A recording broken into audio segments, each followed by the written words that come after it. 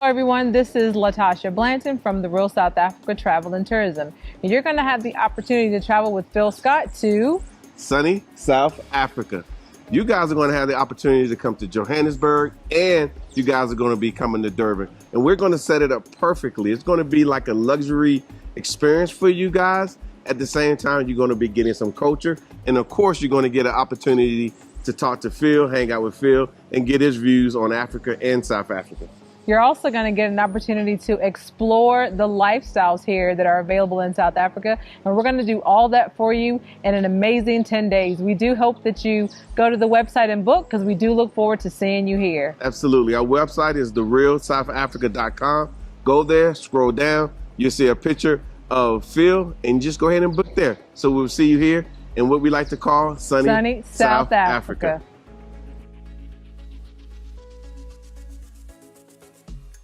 Burkina Faso has officially removed French as an official language. They said au revoir. I think that's how you're supposed to say bye in French. They are done with using the language of their former colonial masters as their official language, and they want to instead use their local language. The new bill specifies this is going to be part of the realization of one of the main missions of the transition, which consists of initiating political, administrative, and institutional reforms to strengthen the culture democratically and consolidate the rule of law. Among the major innovations of this new text is the establishment of national languages as official language in place of French, which becomes the working language. So even though it is being removed from being a national language, it is still going to serve as a working language.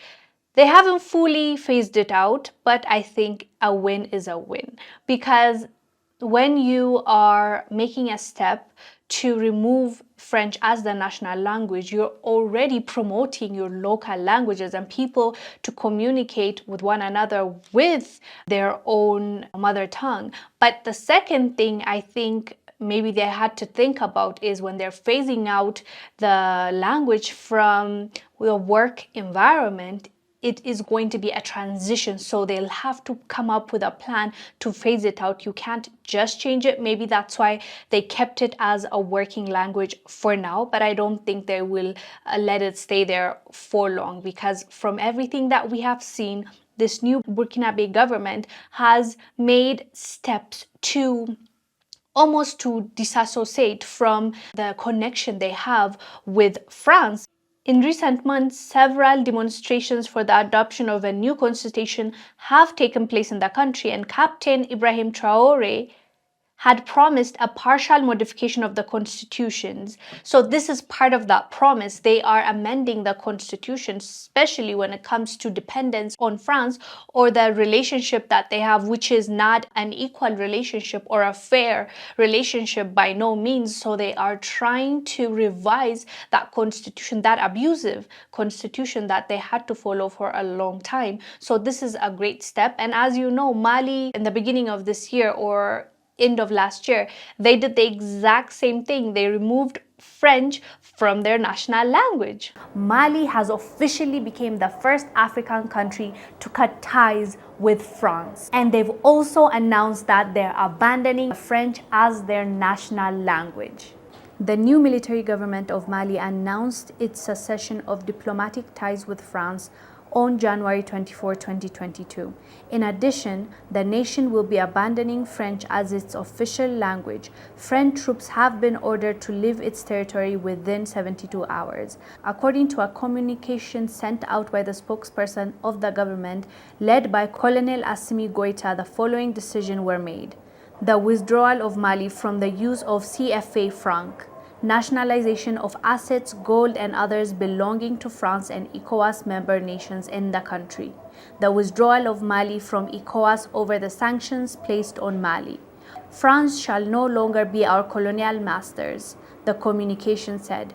The military leader further stated that Malians were free people until the French colonizers came. Our forefathers accepted that scenario, but we cannot accept it.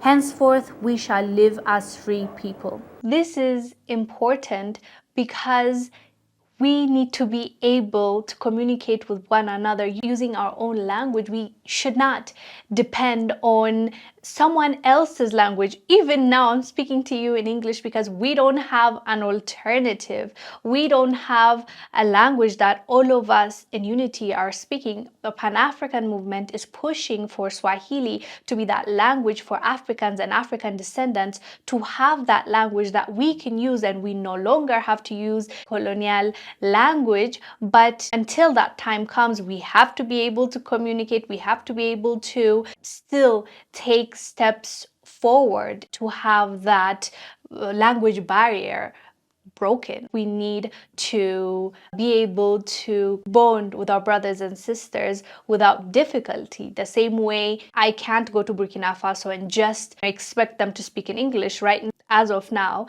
they are speaking in French. Hence, there's that barrier between even just East Africa and maybe the Sahel region, or West Africa and the northern region. So we need to fill that gap, and that can only happen when we're making steps like this to appreciate and embrace our own. So I think it is a great move by Burkina Faso, by Mali, and hopefully other nations also follow the same footsteps, and we see the impact that it's going to have on us. Don't underestimate the impact language has on us. Why do you think when the Europeans first came to Africa and they were colonizing, they were forcing their own language on us? It's part of the assimilation. It's part of changing your identity. So that is why we need to have our own.